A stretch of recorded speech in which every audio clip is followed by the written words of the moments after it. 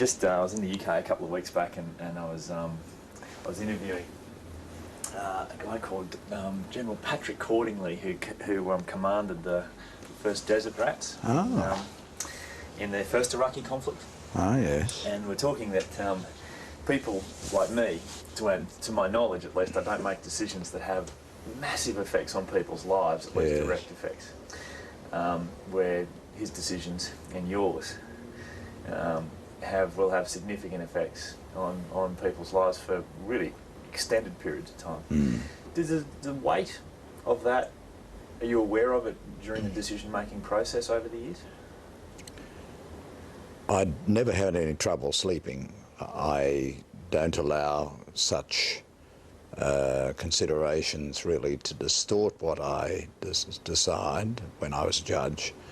But by the same token, I was always conscious of the fact that the decision affected people's lives. I mean, we had a case in the last year of my service on the High Court of Australia which involved a person who was rendered quadriplegic in a car accident in the middle of the Northern Territory, and it raised some very interesting and important questions of law about the liability of a person who was giving instructions to a learner driver. Did the fact of universal insurance mean that that didn't really matter very much, or did the fact that he knew that the person was a learner driver mean that a lesser duty of care was owed to that person? And so that was quite an interesting and important legal question that had to be determined. But I could never forget that in the back of my mind was the fact that this guy was a profoundly injured person who had been doing a friendly job for a colleague's son and has suddenly rendered a quadriplegic. It's impossible to put that out of your mind if you're a sentient, thinking human being. Sometimes as an observer of the legal system and the justice system, it does seem, it almost has to be dispassionate as far as the individuals involved. It does seem brutal in many ways. But on the other hand, it's human justice done by human beings. I mean, we haven't yet invented a computer that can take over the responsibility of deciding cases, though they are developing computers that can, for example, decide whether you get into a country. In the future, we'll put our passport in, and most passports will be machine readable, and will decide effectively that will apply the law to that person. If it's an Australian coming into Australia, well, you pass through. If you're an English person, then you'll have to look for the visa, and if you're from the United States, you have to look for the visa or visa waiver, and it'll all be done electronically. So maybe in the future we'll have computers that can do it, but meantime we've got human beings, and one hopes human beings are people who have had some life experience and who can weigh up the human consequences of what they decide. That's part of human justice. Is it your belief that the measure of a good judge is the quality of his decisions, or her decisions? The quality of the decisions is certainly a very important criterion, but also how you go about making the decisions. I mean, you could have perfect decisions but be a rude bully in court, and that really wouldn't be a good judge. You would be a bad judge. Or a person who goes to sleep in court but reads the transcript religiously that night and comes to a conclusion. Well, that's not a good judge either, because it doesn't give the appearance of a person who is paying attention to the case. So in any case, there are questions about what is a quality decision. I mean, people can differ about what is a quality decision. In the case I mentioned about the insurance question, the fact that we have compulsory third-party insurance for all motorists throughout the Australian nation, that was a matter, whether that was relevant or not, was a matter that divided the judges of the High Court of Australia, and it's a matter on which you can have different points of view. So what's a quality decision? The one that says insurance is irrelevant, or the one that says insurance is a relevant factor in considering what the duty of care is owed by a person who's an instructor to a learner driver?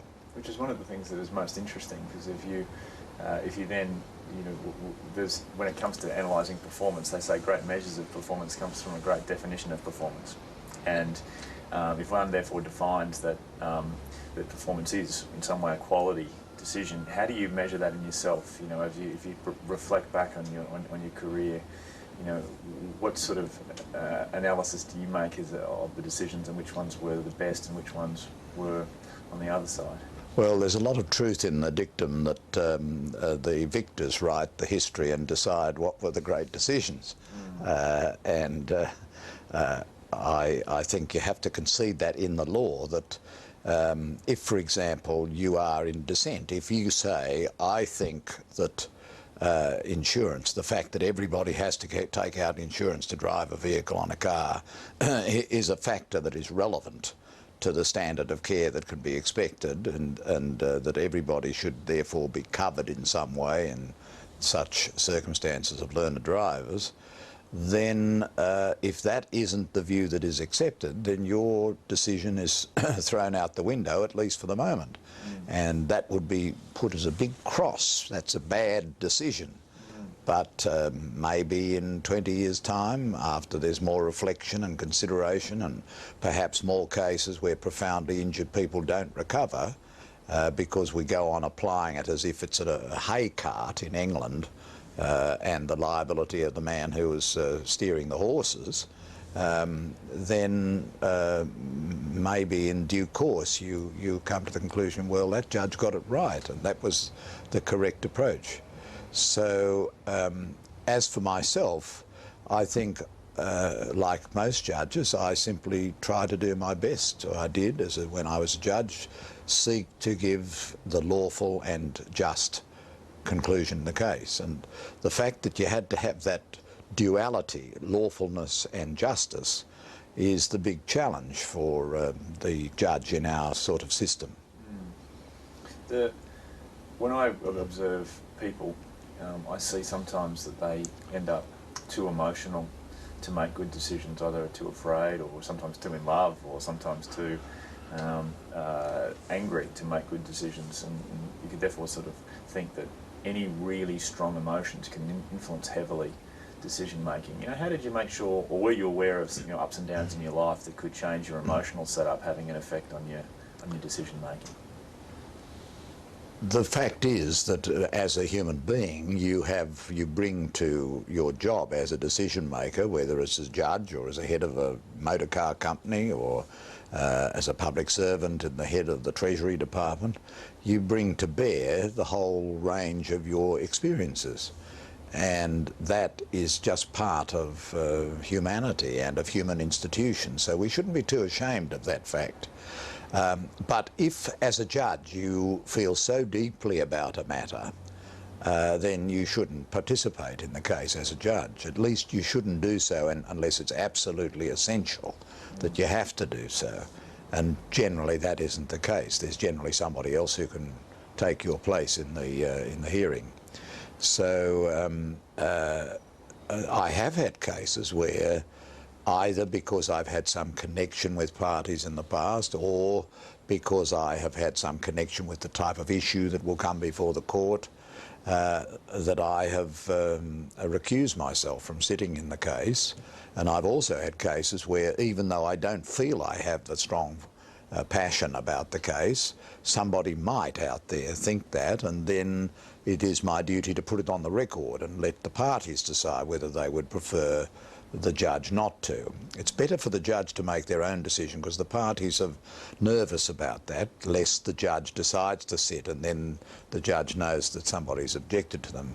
Generally speaking, it's better for the judge to make his or her own decision, but still to put it on the record if there's anything that might lead to a reasonable person possibly having a feeling that the judge was biased. Have you ever had a situation where, not because of any bias or any deep feeling particularly about the case, but it may be, to go back to a military example, one general was telling me in Iraq that he wanted to take himself out of command because he had so much discomfort in his stomach with some sort of gallbladder scenario that he felt like it was affecting his decision making, which is much more personal things going on, that therefore thought, this could mean that I'm not making a really effective decision here when there's such consequences to my decision making. You ever been aware of that, or pulled back, or even changed the timing of decision because of that? Not really. I've always enjoyed pretty robust good health, and I think good mental health too. I feel I have good insight into myself and good insight into the things that motivate me and that might cause anxiety on the part of the community or of other people, so that I've always tried to take that into account in the decisions, but I've never felt that some physical ailment should take me out of the case. For example, if a judge felt that they were falling off to sleep in the afternoon. I once knew a very high official in the United Nations who told me that his father, who was a very well-known judge in England, used to find it difficult as he reached his late 60s keeping us awake in the afternoon. Now, I haven't had that problem myself. When I was a judge, I found the cases so interesting that my trouble was going to sleep, not keeping awake. So if you did feel sick, well, obviously that's going to distract your mind, and you shouldn't be participating. But generally speaking, I have to say, lawyers and most professionals battle on. They just battle on. I think in all my 45 years of professional life, I think I stayed at home on a working day about 3 times.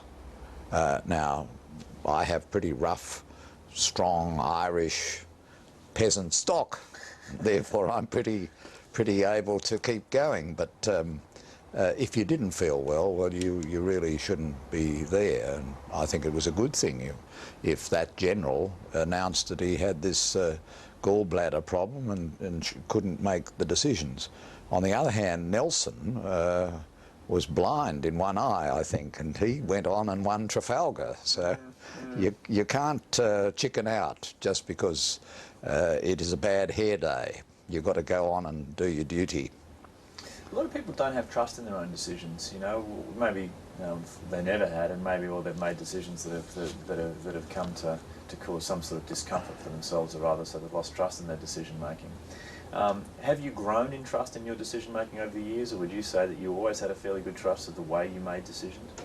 Well, it sounds very vain to say it, but I think I always had a pretty strong feeling. The legal profession, and especially the judicial branch of the legal profession, with nearly 1,000 years of history behind it in Australia, we are the inheritors of the English judicial tradition of independent, uncorrupted, highly professional judges. And if you're part of that, then you're really programmed as a very young clerk sitting in court looking up there at this human being making decisions, churning the cases through seriously, dutifully, generally politely, or normally accurately and justly.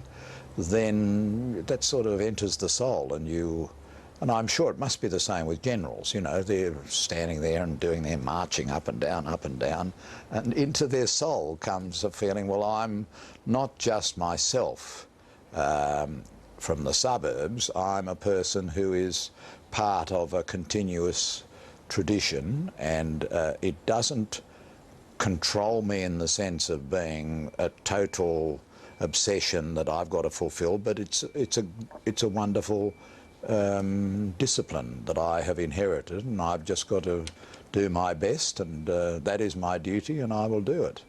In fact, you know, there are a lot of similarities between the judiciary and the military, even to the red, which all goes down to blood, of course. The military kill them and the judges hang them.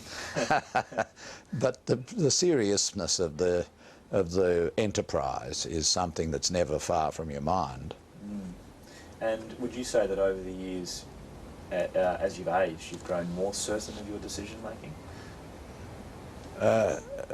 Not more certain. I've never had trouble sleeping. I've never really had deep and anguished pain of decision making. I've sometimes been uncertain of what the decision is. Don't forget, by the time I retired, I was the longest serving judge in Australia, so I'd been at it for a hell of a long time, doing it day in, day out.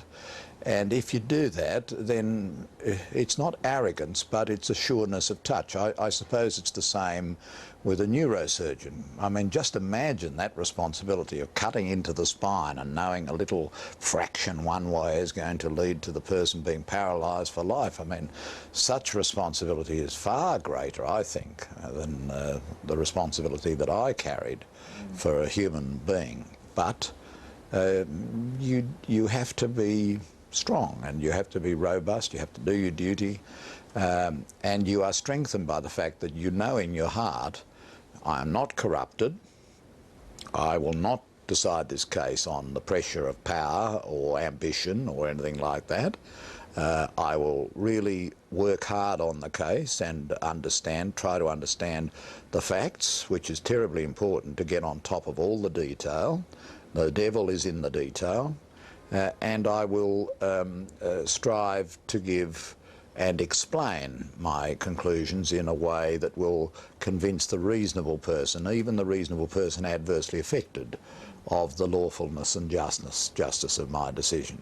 And where I disagree with my colleagues, as I sometimes did, I will try politely and respectfully but firmly to explain where I think they're wrong and that this is a better decision in the case. So all of that, if you're doing it day in, day out, you just know that you're going to try very, very hard to reach a right and lawful decision. That's what I did, and that's what my colleagues did, and that's the way the system works in Australia. And it also leads to, particularly depending on the view you've taken and the decision you've made, enormous criticism from certain parts of society. Have you been, after the decision, affected by those sort of criticisms, either personally or otherwise? Most of that type of decision is in the tabloid newspapers and is directed at people, at judges or magistrates who make decisions in criminal cases. They're not hard enough. I mean, I've rarely seen anybody saying this is too hard, this is a terrible sentence. It's always not hard enough, throw them in, slam the door, throw away the key. I mean, we all know that, and they're normally from one publishing house. So every judge knows this, and every judge knows, or should know, that they've just got to ignore that and do what they think is the right and lawful decision in the case. So that really affects people at a level below the levels at which I operated. Sometimes when I sat in the Court of Criminal Appeal and either confirmed or changed sentences, then that could lead to attacks. But that didn't really worry me at all, because you do have to listen to a criticism. I mean, if the media, even discounting it for the fact that it's just entertainment, fundamentally that's what most media is nowadays, just entertainment, even when discounting that, they may have a point. My own view, for example, is that some of our sentencing has been warped. I would have and I never had any difficulty sentencing substantially in physical violence and homicide. I sometimes think we're not hard enough on that, and maybe too hard on minor drug offences and things of that kind. But that's just my opinion. But did it affect me? Not really. I did my best, I did my duty, and I explained it. And I realised that it was complicated, and it's much more detailed than is often portrayed in media or in Parliament or in so-called learned commentators. So it didn't ever really affect me very much, though I'm sure there would be some people who are a bit more sensitive than I am who would be worried about being attacked, and maybe their wives or families are worried, or their husbands, and so it might affect some people, but it didn't really affect me. Don't forget, I was up in a sort of semi-ethereal level of the law. What about when you, though, disagreeing with other people who are also very bright? You know, I think it's one thing. You know, I think to disagree with dummies is you know, somewhat pleasing, but to disagree with a group of people who are also deemed by the society to be highly intelligent and also have just as much experience or close to experience as you. How did you find those times where you were taking an opposite Well, view? first of all, I don't say the media are dummies. I mean, I don't think those who criticise judges in the media or in Parliament or elsewhere are necessarily dummies. They often just don't have all the detail, and the duty of a judge is to get all the detail. The nature of media is to concentrate in very short form, and therefore you don't get all the detail. But as to my colleagues and differences, well, I was trained, brought up and practised in a system of law where we expect above all that the judges will be honest and will say what their real opinion is. The judiciary is not Tammany Hall. It is not a place where they do a little deal here, you agree with me this time and I'll agree with you next time. It's said in some books that that happens in the US Supreme Court. Well, I hope it never happens in an Australian court, and certainly I would never be a party to it. My duty was to express my honest opinion. I would strive to reach agreement because I do respect the high intelligence, learning and often in particular areas greater experience of my colleagues to me in that area.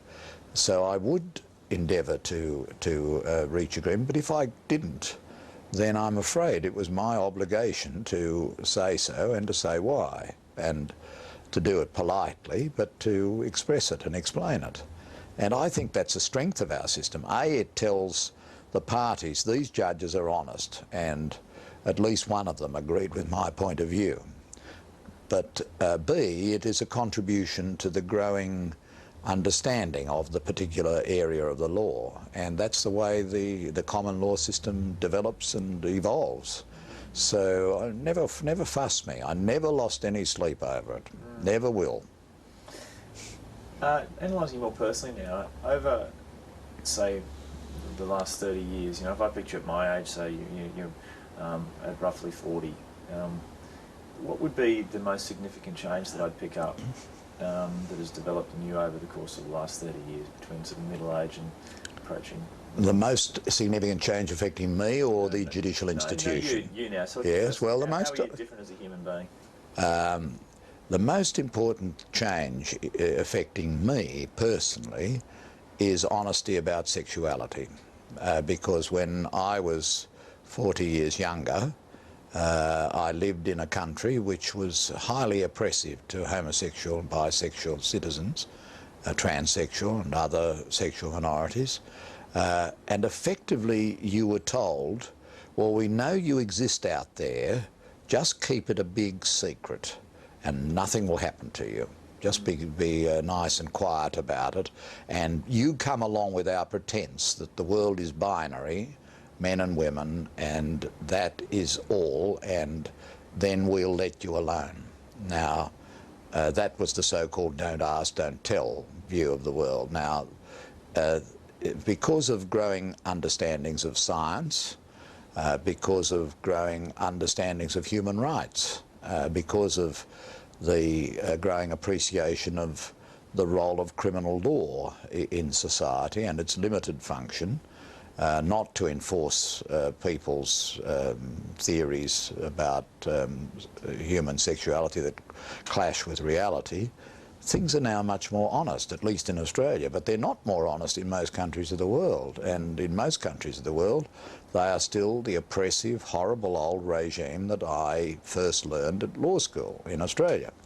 So the most important change that's occurred in the last 40 years in my personal life is the growing understanding of the irrationality of all that, and the rejection of that approach by most people, and therefore the growing possibility that gay people can be completely honest, which is a good thing, and especially amongst judges. And what as far as your personal emotional experience of that, if you are honest, the day you're honest compared to the day before, which you weren't, so when you came out, do you feel any different? Well, I wasn't really dishonest the day before. I wasn't just shoving it in people's faces. Now I do a bit of the in-the-face bit because I think it's good for society, and it's good that my partner and I go to dinners with the Queen and lunches with the Governor-General. The Governor-General gave Jan and me a dinner in honour of the service that I gave in the courts. And that wouldn't have happened 40 years ago, wouldn't have happened 20 years ago, wouldn't have happened possibly 10 years ago. So we've made some progress in Australia. So does it make me feel more satisfied? I think it is a contribution to people's understanding of reality of life, to have people like me being out and about. And whereas, I mean, you can't live in the suburbs of a city in Australia with somebody for 40 years without people saying, now that's a bit odd. We want to get to the bottom of this. We want to really understand what those two are on about. So that is, I think, a contribution. In fact, Jan, it was my partner who said, we owe it to the younger people to do this so that it'll be an easier journey for them. And I hope it will be. I hope it will be. And you do feel once that awful, the closet, as the Americans call it. I mean, I suppose we'd call it a cupboard, but the cupboard, or the WC, is a very safe but horribly small and confining and restrictive place. But, so it's good to be out of it. Was it a long decision? You know, so 1998. You know, was it a decision that, you know, was a case that took 2 years to address, or was it a short decision? You know, it was a weekend we chatted. No. It wasn't like that, because when AIDS came along, which was in the early to middle 1980s, I was already moving from the Law Reform Commission to the Court of Appeal, and I was beginning to go to funerals and to sit at the bedside of very dear friends who were dying, because it hit the gay community first in Australia, as in most Western countries, and I felt really motivated to try to do something to contribute to a response, and I did. I took part in national and international activities in that. Now, that was a sort of code language. Okay, I'm gay, and this is a thing that's really affecting a lot of gay people, and I feel an obligation to do something. Now, my colleagues, or some of them in the Court of Appeal at the time, I'd just been appointed, said a judge and especially the president should not be involved in conferences with sex workers and injecting drug users and prostitutes and so on. It isn't seemly. But I said, well, I'm sorry, but I feel an obligation. I'm going to funerals, and so we sort of had an agreement to disagree. But it was a code language, so it wasn't 1998, that's just a media beat-up. It was a long while back. And in fact, my understanding is that when I was appointed, the Prime Minister of the day said to one of his officials who he knew was gay, well, that is one of yours. And he said, well, I've got news for you, Prime Minister. There are others in this world, and there have always been gay judges and gay barristers and gay solicitors, and it's just part of reality. But we were all programmed to pretend. Well, really, we've got to grow up, and I think the process of growing up has affected me. I've grown up a bit too. It's good. What do you hope to, you know, in the next 10 years, you know, do you have any less, I don't know what you call it now, drive, ambition, than what you might have had? No, I've got more drive. I've got more determination. I just don't know where to channel it. You come back in 10 years and I'll tell you. But one thing is sure, I'm not going to be sitting at home reading The Economist. I'm going to be out there doing things. I'm a man of action, and I'm a joiner. I've always been involved. And tell me about, you know, the engagement of mind that's required in your that has been required in your profession compared to now. Has there been any adjustment that's required in what you literally do with your mind every day, and how you handle it? Are you any happier, or as a result of this year compared to last year? Any differences that you'd notice in your own psychology? No, I can't really say that. I've really been lucky for 40 years having a highly intelligent partner, and I would go home and get psychotherapy. I mean, I think most people do with their partner. If they've got a good relationship, they get a sort of psychotherapy. So I go home and say, you'll never believe what happened today. You'll never believe what Justice so-and-so said or did. They no doubt go home and complain about me. And no doubt the barristers go home and complain about all of us. So I've had this way of discussing things, and that's a very wonderful thing to have in life, especially people who are under pressure and who have to make decisions all the time and who have to can't discuss things with a lot of people, and that certainly is the case with judges. They can't go talking about their cases with strangers or even with members of the profession. So it's been very, very good to have that. And I don't notice any difference whatsoever between now, the day before I retire and the day after. But I'm just not sure exactly what I'm going to be doing in my so-called retirement. I hate that word, which is perhaps a commentary on my own psychological weaknesses, that I can't even face the fact that I've reached 70 and that I've got to adjust. But there are lots of things that I can do and will do. It's going to sound like an odd question, but it's important in my world. What age do you feel? You know, what age do you I feel? feel about 45. And maybe with a little tuck and... Could end up reversing it. The time of the day, if there is one, where you were most likely to actually make a final decision. Back if we're going back to... No, it didn't work like that, I'm sorry. I just... the way I worked was I learned to use the time in court to plan where I was going in the case, at least to plan the nature of the problem so that I could come at it quite efficiently later.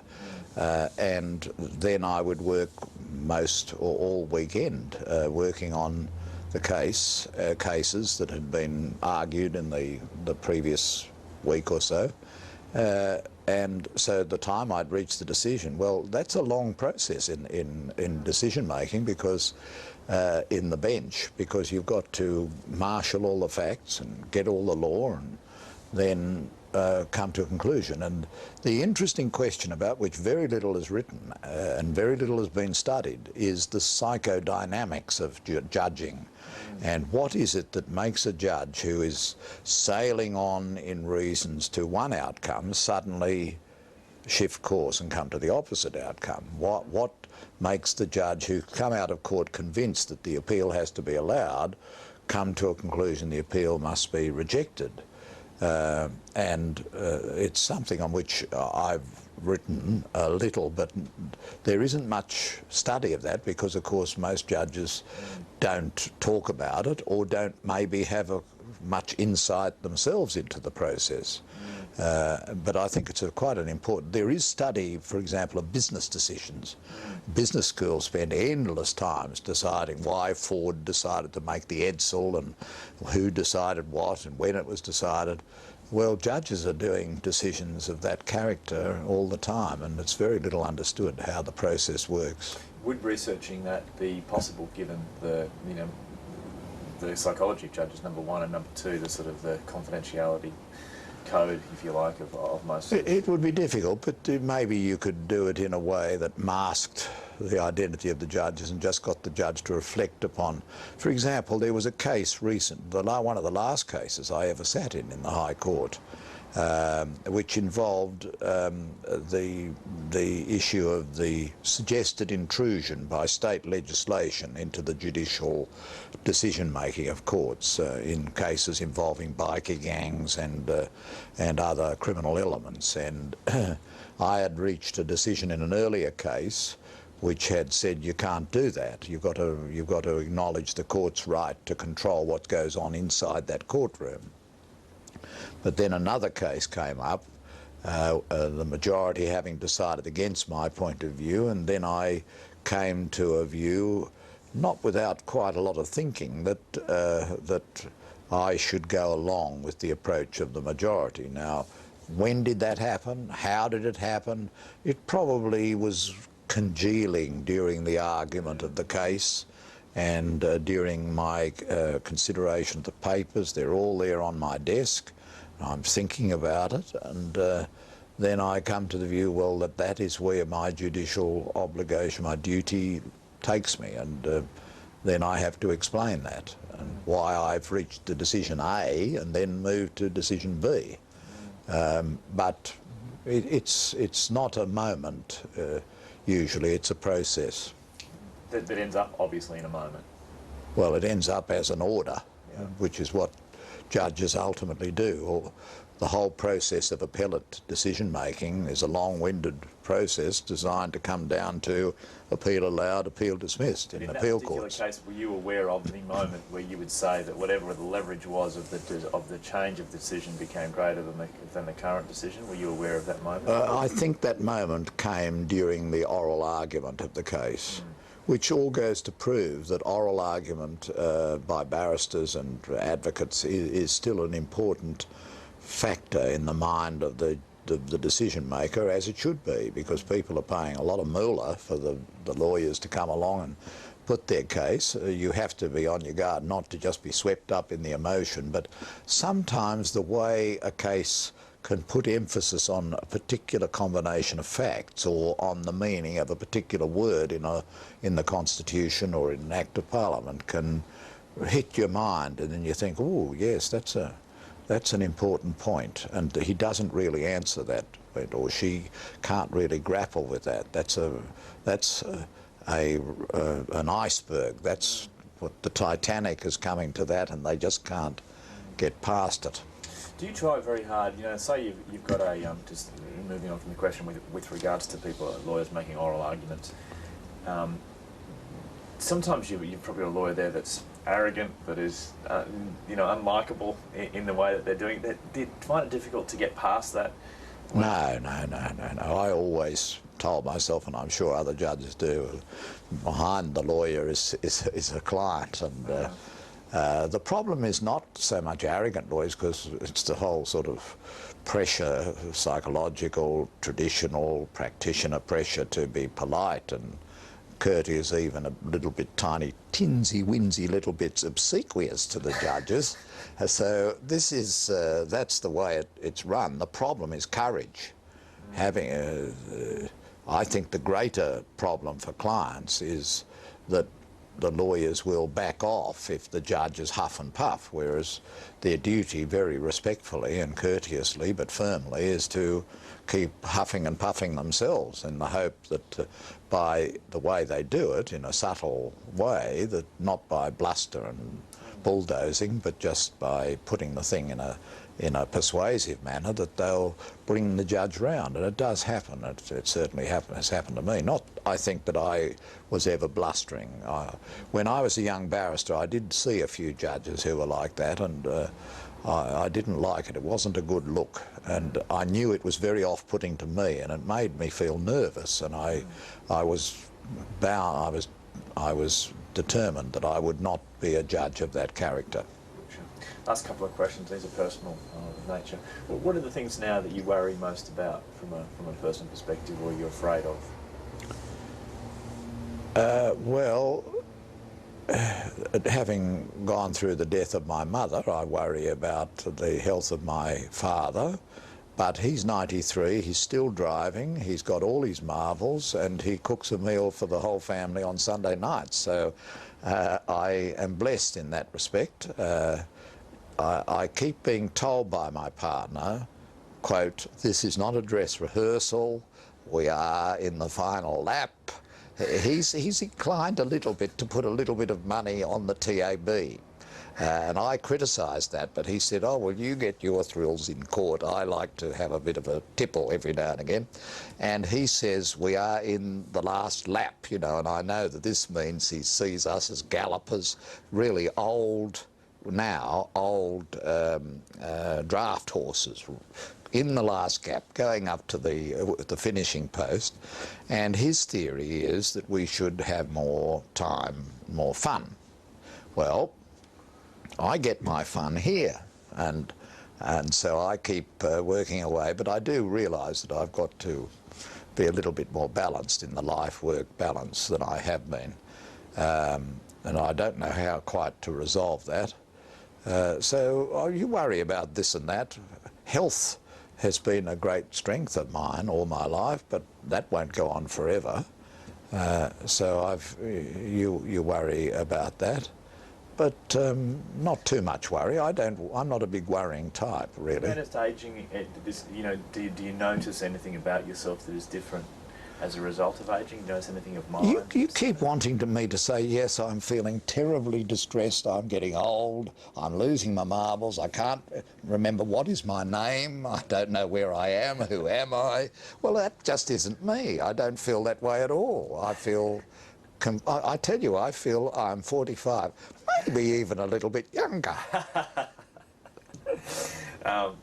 During your professional career, hours sleep you needed a night in order to feel functional during the day? I would need at least 7 and 8 hours. Yeah, people used to say, you know, you churn out so much, you must have work on 3 hours like Mrs. Thatcher. Well, that just isn't true. I needed 7 hours, and I got 7 hours, and I never had problem going to sleep.